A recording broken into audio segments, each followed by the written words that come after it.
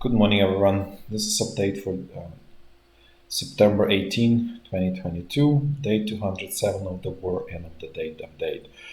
First of all, I would like to apologize. I really needed just a personal break.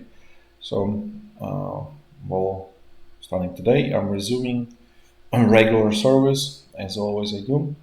So now, now let's just switch to different topic. I promised some information about the corruption in Ukraine, and this is actually was inspired, I guess, by some of the emails from some of the viewers who want to help and they're wondering who to help, where to help, and so on.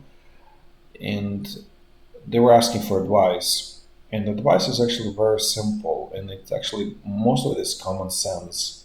The advice is to help ordinary people and to do nothing with Ukrainian government. That's just biggest takeaway. If you work with Ukrainian government, it's A, will be stolen, B, it will be totally misused and abused and not gonna go anywhere. So, and it's I understand for most people who are not in Ukraine, it's probably hard to find specific individuals or specific small group of individuals that need help, but that's their own real way to actually deliver help. And we're gonna look at specific case of corruption that was uncovered on August 30th, 2022. So as you can see, there are these four wonderful people on this slide. And so the key one is Alexander Staruk here. He is the head of Zaporizhy military administration. So now we're talking about the Zaporizhia region of Ukraine. So this is where the front line is going. We discuss it from some time to time. It's fairly sort of how to say static front line, nevertheless. So all of these four people, Alexander Staruk, his help, Zlata Nekrasova, and then another help, Anatoly Kurtiev and Viktor Sherbina. Those three people were accused of stealing enormous number of international help for displaced people in Ukraine and so on. And this is really industrial, like level, like theft of industrial level. So this is how much they stole starting from sometime end of March. 22 sea containers, so it's right. I'm not sure if it's 20 foot or 40 foot container, but it's pretty big number. 389 railroad carriages. Just for the reference, everyone, a railroad carriage in former Soviet Union is about 65 metric tons.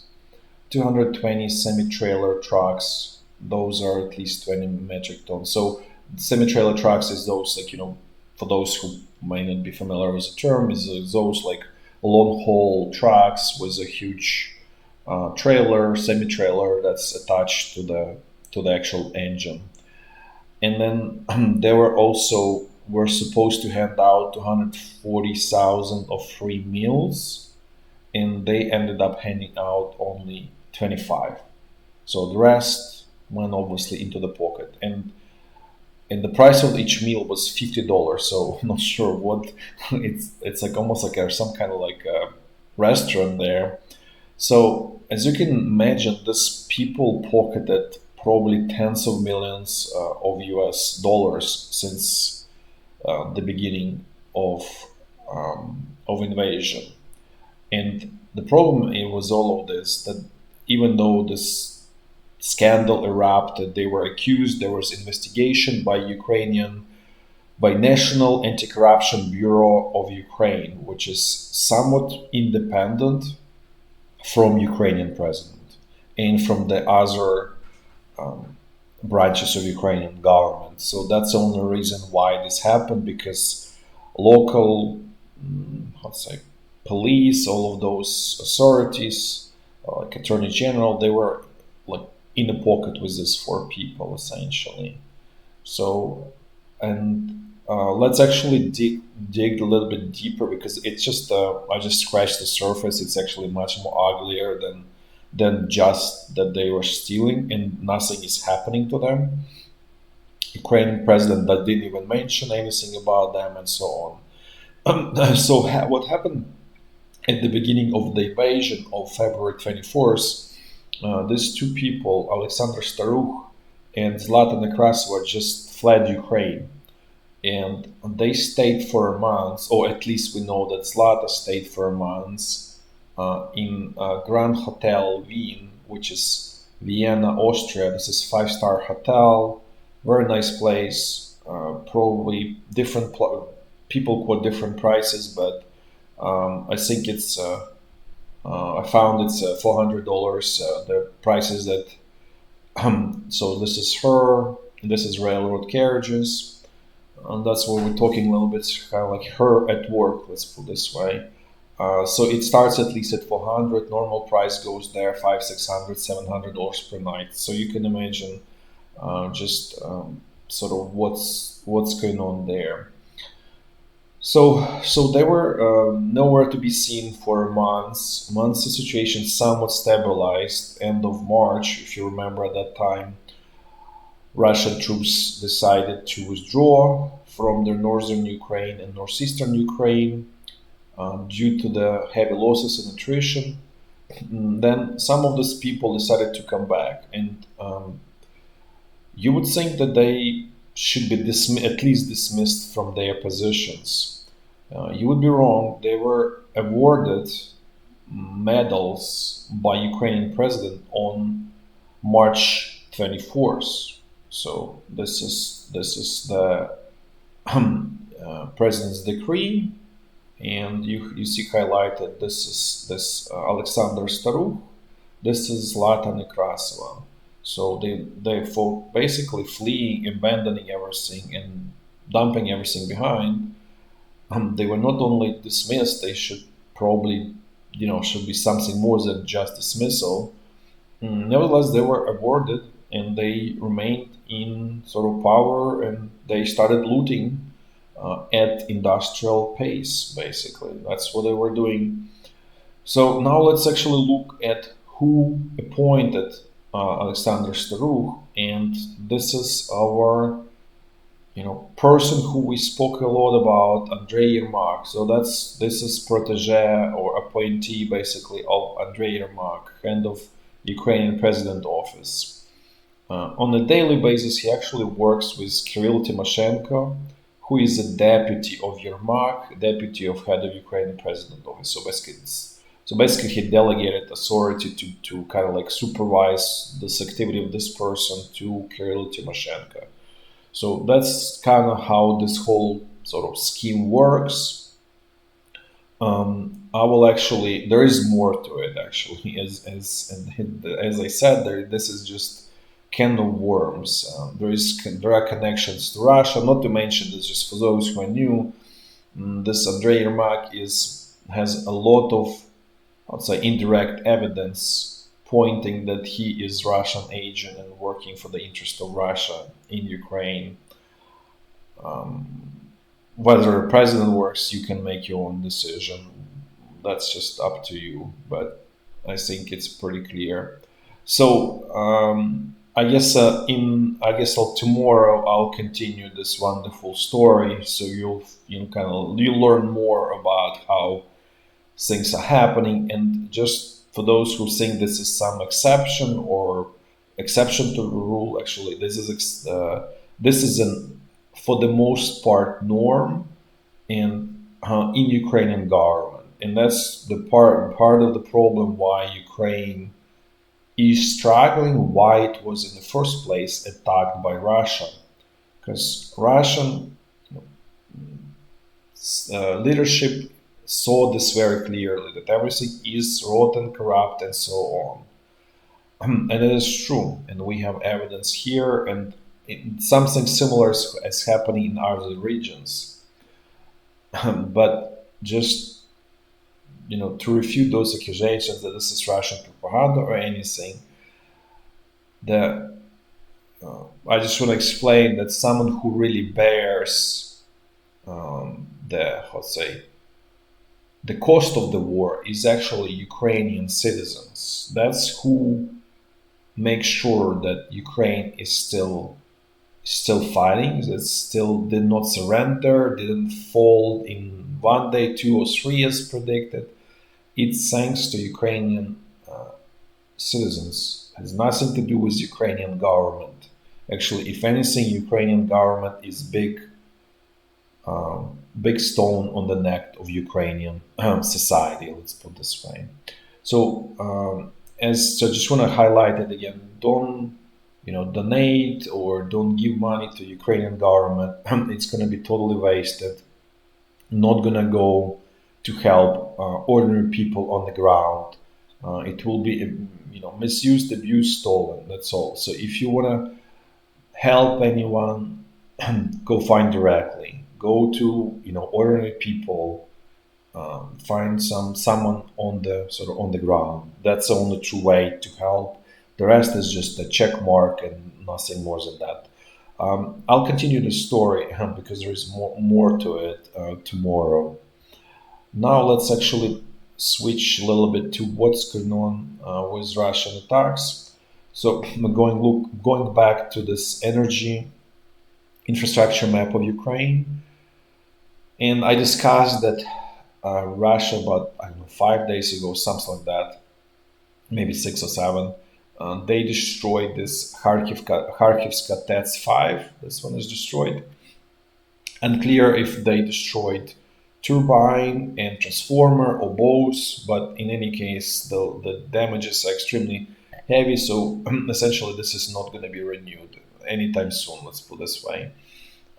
They did something similar to Kremenchutska TETS, right? This one here. And then they attacked a day or two ago Slavyanska TETS, this one. This is kind of becoming bigger problem because those two were relatively small, right? In terms of how much they contribute to power generation in Ukraine. As you can see, that the size of the dot represents how many megawatts of power they contribute.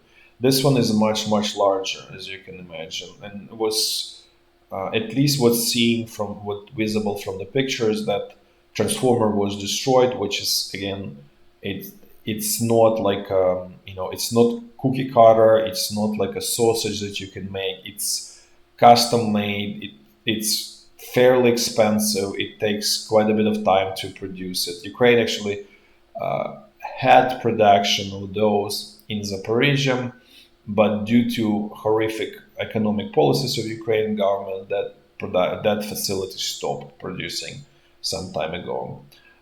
And then the more dangerous is that just right now, recently, the Russian forces attacked Pivdenno-Ukrainska nuclear power station, which, as you can see, is basically second largest nuclear power station in Ukraine. And the goal of this attack, this was just first attack. We believe this is probably going to be the same kind of attacks that were done around Zaporizhzhia nuclear power station, which essentially leads to shutdown of the power station. Right? The goal is obviously not to hit the power station, but to basically scare everything to the point that Ukraine will be forced to shut it down, similar to how Zaporizhzhia was shut down. Essentially, that's a goal. So as you can see, this is very calculated attack against Ukrainian energy infrastructure, and it obviously destroys. It does not destroy, but significantly undermines Ukraine's ability to continue the war, to defend itself. That's the point. We're pretty sure the Ukrainian population will still will carry on, but it's obviously, as you can imagine, the bigger problem is it really essentially makes any kind of economic activity, almost impossible. And because it's pretty clear that after this one, they probably will go after Krivoriska TETS and then so on, Tripilska TETS, because this feeds Kiev here. So then there is Minska TETS, which feeds Kharkiv. So essentially, as you can imagine, there is slow but sure step to basically depower Ukraine and undermine its ability to continue defense. It will not sort of change the course of the war, but things are going to get much worse in Ukraine. And this is what's sort of it's somewhat ironic, and for whatever reason we feel this was triggered by Ukrainian president's declaration that he's going to start exporting electricity to, let's say, Poland or to the West. And what really that provoked on the Russian side decision, because it's obviously cash money, and electricity costs a lot right now in Europe and probably will cost even more in the winter. And so this is a significant source of potential source of income for Ukraine. We're not going to even discuss about Ukraine government and its inability to do anything, but nevertheless, it's significant source of income. And Russia very cognizant, very aware that economy is the basis of the war, and so it goes in a very calculated way after pillars of the economy, after the sources of the foreign currency to Ukrainian economy, because that's what feeds Ukrainian economy. So this again, cuts off another potential source of revenue. Not only that, but also indirect effect is whatever industry is in Ukraine, any whoever any entrepreneur in Ukraine, it's very clear writing on the wall. There probably won't be any, there will be interruptions with electricity, and you cannot plan your business if you cannot sort of rely on secure and reliable supply of electricity. So that also has that effect as well. So that's in a nutshell what's going on here. Let's discuss one more topic before we jump into the military works through. So there's a news that Ukrainian government signed a contract with Kraus Maffei Wegmann in Germany to purchase 18 units of RCH 155. This is basically self-propelled howitzer on obviously on wheels. And the first problem with all of this is the first delivery in 2025. It's probably at that point, it's just totally irrelevant, right? So either Ukraine wins or Ukraine loses, but this is totally irrelevant. That's the first problem with this. Then let's actually look at their sort of, let's assume it, even if it comes soon on the front line, let's actually look and sort of analyze this equipment in terms of how good it is or how bad it is, or like how helpful. So there is no question it has very powerful cannon. This is similar to those cannons that Krab has, Panzerhaubitze 2000 has, all of this Caesars. So it's 52 calibers in length of this barrel. So that's a keep here. So this is again great, excellent cannon. The problem starts actually if you look at the bases. It's all on wheels, and they sort of like, if you look at the width of the wheels of the tires, they're not that great, not that wide. And if you look at the weight of this howitzer, it's almost 40 metric tons. What this really means translates into that in the winter, spring, early spring, late fall, this is going to be problem in terms of being able, in terms of its mobility. It's going to get stuck pretty much anywhere you can imagine. So this can only be used along the sort of roads with hard surface, which again creates a lot of opportunities to destroy it. So this is completely like in the wrong direction for the conditions of the environment in Ukraine or in Russia, doesn't matter. So that's the first important part here. The second is looking at this whole turret here. it looks very tall in relative to the bases. It does feel like there is not good enough. There won't be enough stabilization, so the accuracy when big question about its accuracy, not because of the cannon, but because of the bases. That it's kind of like if you think about this, the center of the mass is way too high, was way too centered towards the end of it, towards the very end of it. So we believe that this may not be, well, let's say, precise enough, or there will be significant problems with accuracy. Yes, there are guided shells, and that's fine. Those will hit it, but those more in many ways kind of like a rockets, right? So like small scale rockets. So in a way, like it's even a question why did not just shoot directly rockets, and you don't even need to have expensive cannon and the whole expensive system. But if you to look at the just regular artillery shells, we have big questions about this. Not to mention that it's extremely tall, extremely, and it makes it extremely well and perfect target on the battlefield. So, anyways, this the summary is a great cannon. The rest of it is horrific engineering, horrific design, basically. And obviously, Ukrainian government doesn't even care that this is going to be delivered in 2025. So now let's actually move to the walks through the front line. Let's see what's going on there. As a sort of summary, not really much going on. We are totally unclear why Ukrainian command is not exploiting opportunity here on this North Luhansk section of the front line, because it's still very soft on Russian side, and it's either Ukrainian group is also suffered enough of the losses that its ability to continue has diminished. That's probably most likely explanation. Otherwise, it's totally unclear. But things are super slow here. Not really much going on there. Another key point is that Wagner mercenaries continue attacking in the southern section of North Donbass front line, as if nothing else is happening. It's just kind of, as we said, very strange. So very strange attempt. Also, we identified another Russian unit that's operating on this Zaporizhy front line. It's 336 Naval Infantry Brigade, so it's here.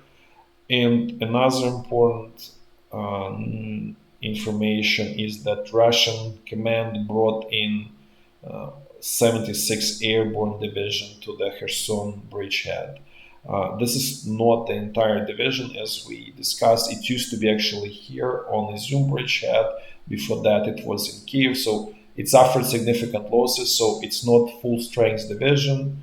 It's sort of consolidated unit. Nevertheless, it was put in here. So apparently, Russian command really wants to continue defending this at all costs. And also, if you look at this Zaporizhzhia front line, you see here this 4 Naval Infantry Brigade, which tend to be better in terms of fighting spirit of the individual soldiers. They also being put here. So essentially, from all of this, we can just say that this whole area is most important to defend for the Russian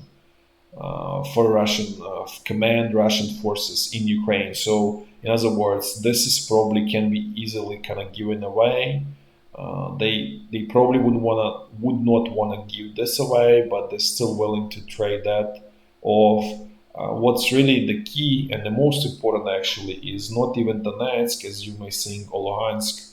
The key importance here is actually this bridgehead and entire Kherson region, which is a gateway to Crimea, and the same goes true for Zaporizhzhia region in this area around Mariupol, because this is a land bridge to Crimea again. So this is the most critical, most important part of Russian conquest in Ukraine for the Russian command, Russian government, for Russian leadership so far.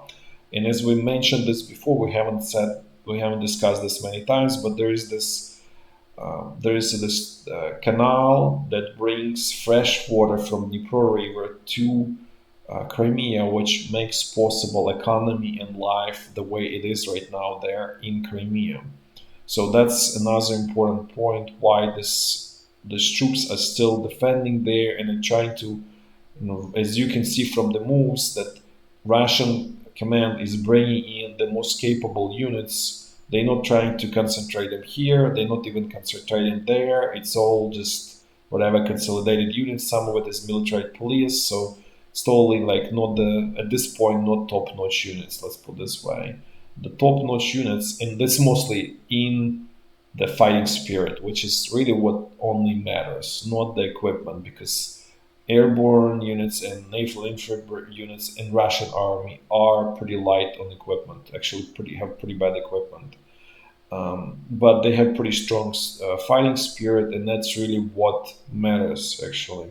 And that's what shows this war that it's not about equipment; it's about people, it's about individual soldiers, and it's about fighting spirit. That's what really matters in what this war actually proves.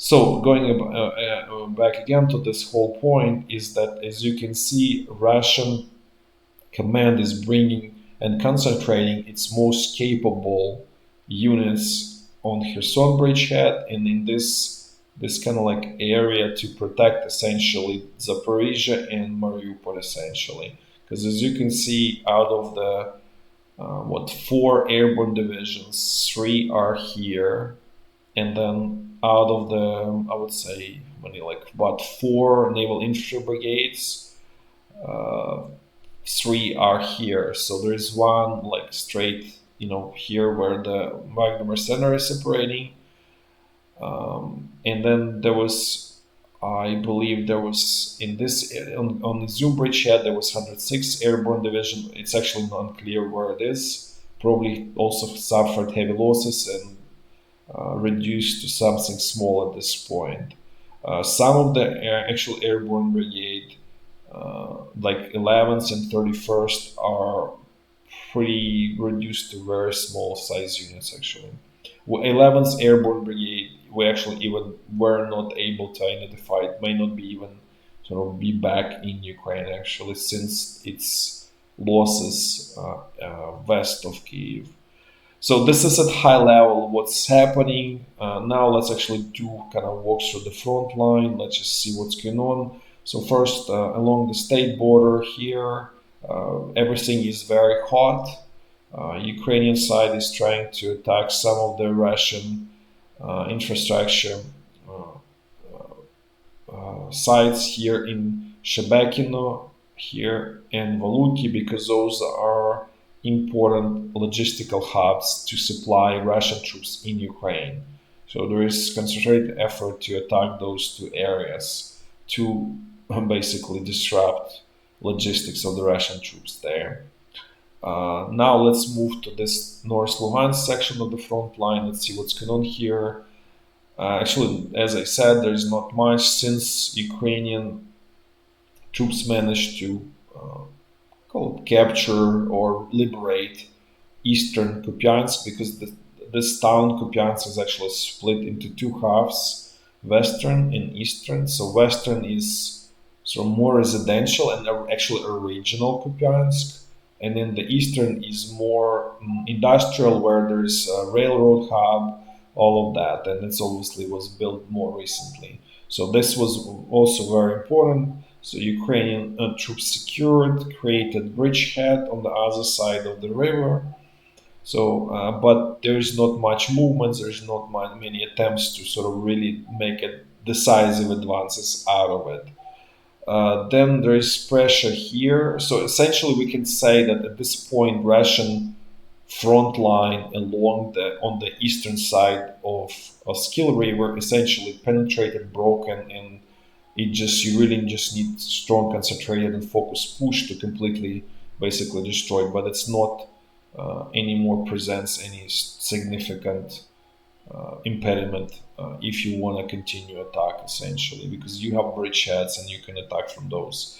But let's actually look in this area where there's a Oskil river here and then Siversky Donetsk. So what happened is Ukrainian troops managed to liberate this villages Sosnovas to the north. They pushing here, sort of in this direction, this towards this Yarova, but there's not much really effort to do much about Liman, which is, let's say, the most concerning question. It's totally unclear why this is happening, because it's very clear that Russian troops here are relatively weak, to the point that there are reports that Liman is being defended for the most part, not completely, but for the most part, by militarized police and all of those conscripts from Luhansk and Donetsk region. There are some regular Russian troops there, but they're not sort of the main backbone of the stronghold. There is obviously artillery support and so on, so typical, but at the same time, this is not even, for the most part, regular Russian troops here. What there are reports is that Ukrainian sort of commander units or reconnaissance units are, basically infiltrating and trying to capture these villages, this village Rupci here. But again, there's no like strong, decisive push here. I'm very unclear why this is happening. You know, you're welcome to comment if you have any better understanding of this, but this is something of a puzzle in our opinion. This is what's going on here. This is the big picture of this whole North Luhansk section of the front line. As I said, basically here there's a bridgehead in Kupyansk, so there is no, essentially Ukrainian troops managed to establish bridgeheads here. Then there is essentially a bridgehead here in Oskil, the Sviatogirsk here around Liman. So this whole Russian front line here is essentially, let's call it null value at this point. There's no defensive potential of the river at this point for this. So this is only strong push of Ukrainian troops and command, and that should allow to relatively easy breach Russian defensive positions and continue liberation of Ukrainian territory. Totally unclear why that is not happening. Let's now look what's going on North Donbass section of the front line. Things here are kind of like interesting in terms of Ukrainian troops are putting pressure here in the northern section, and then in the southern section, mostly Wagner mercenaries continuing their attack. They actually made little progress here in Bakhmut. They just moved a couple quarters forward. It's nothing sort of really to sort of worry about, but nevertheless they made progress. They made a little bit progress here straight east of Vasela Dolina. Essentially the situation remains more or less the same, without many, without essential changes. And regardless, even if, let's say, Wagner mercenaries manage to get some, these two villages, Vasela Dolina, Zaitsevo, this is sort of road to nowhere, right? Because their flanks are essentially now under threat. So you essentially, by pushing more towards west, you putting yourself more and more into potential encirclement here. Nevertheless, they just do it because that's just what the sort of manager of this business wants to show. He wants to show that he's sort of future Stalin who can consolidate and drive the power and drive Russia to success. But that's just sort of, I guess, politics there. Now let's move to let's look what's going on the central Donbass section of the front line, which is straight west of Donetsk. Things here more or less stable. No large-scale attacks by both sides. Obviously, exchange of all sort of artillery fire. There is a reconnaissance group, working on both sides and all that. But there's no really sort of focused, concentrated push by either side right now. Now let's move to Zaporizhzhia section of the front line. So as we said, as you can see, Russian command is sort of really concerned that there will be attack out of this Vuhledar area, which can jump to Mariupol and break this land bridge to Crimea. So they put the 3 brigades and probably even 4th brigade somewhere here. We unfortunately don't know where exactly it operates, but otherwise there is no significant changes. Nothing major is happening at this point here in this section of front line. Now let's move to Kherson bridgehead, our sort of final destination. Ukrainian command continues attacks, obviously, against Russian supplies, and specifically ferries and pontoons across the Dnipro River. So there's definitely problems on the Russian side in terms of artillery shells and general supply. At the same time, if you remember, Russian command also attacked the dam here in this artificial lake, hydropower station lake here. So that released a lot of water into Inhulets River, and it becomes sort of barely fordable. So the supply of Ukrainian troops on this bridgehead on the eastern side of Inhulets become somewhat difficult. Nevertheless, Ukrainian troops trying to put pressure here. If you remember, there were like villages there that were sort of kind of like low-hanging fruit, so they're trying to kind of like expand this bridgehead in the widths, not in the depths. Right now, they probably waiting out in terms of the water passing by to sort of continue push here essentially. But somewhat in general, this whole push is, as we mentioned, it just moves at this snail pace, like 1,000 cuts, and just probably gonna take, looks the way it goes, may take another month easily. Could be even till November, but it's super slow. There's also Ukrainian attempts to attack straight towards Kherson, which are futile because obviously this is probably where the Russian defensive lines the most sort of in the best sort of shape. Possible that 76 Airborne Brigade is operating here because here they had before 20th Division, and probably that was not enough in terms of fighting spirit. So probably Russian command is bringing those airborne units here. But essentially, as we said, the writing is on the wall. This is going to be lost. This is only the question how badly it's going to be for the Russian side to lose this. This is going to be some form of encirclement with large number of Russian troops becoming prisoners of war, or Russian command will manage to evacuate more or less most of the soldiers. We believe that equipment was pretty much guaranteed to be lost here, essentially. But at the same time, there is not much of terribly heavy equipment here because, as I said, airborne units tend to be light on. Well, they don't have tanks and they light on artillery. They don't, for the most part, they don't even have 152 millimeter howitzers. They rely on 122 millimeters, which are definitely weaker for sure. Then basically there is sort of, so that's the biggest question that remains here, but we believe that this is going to be lost sooner or later by the Russian side here. Thanks for watching, and until tomorrow, bye bye.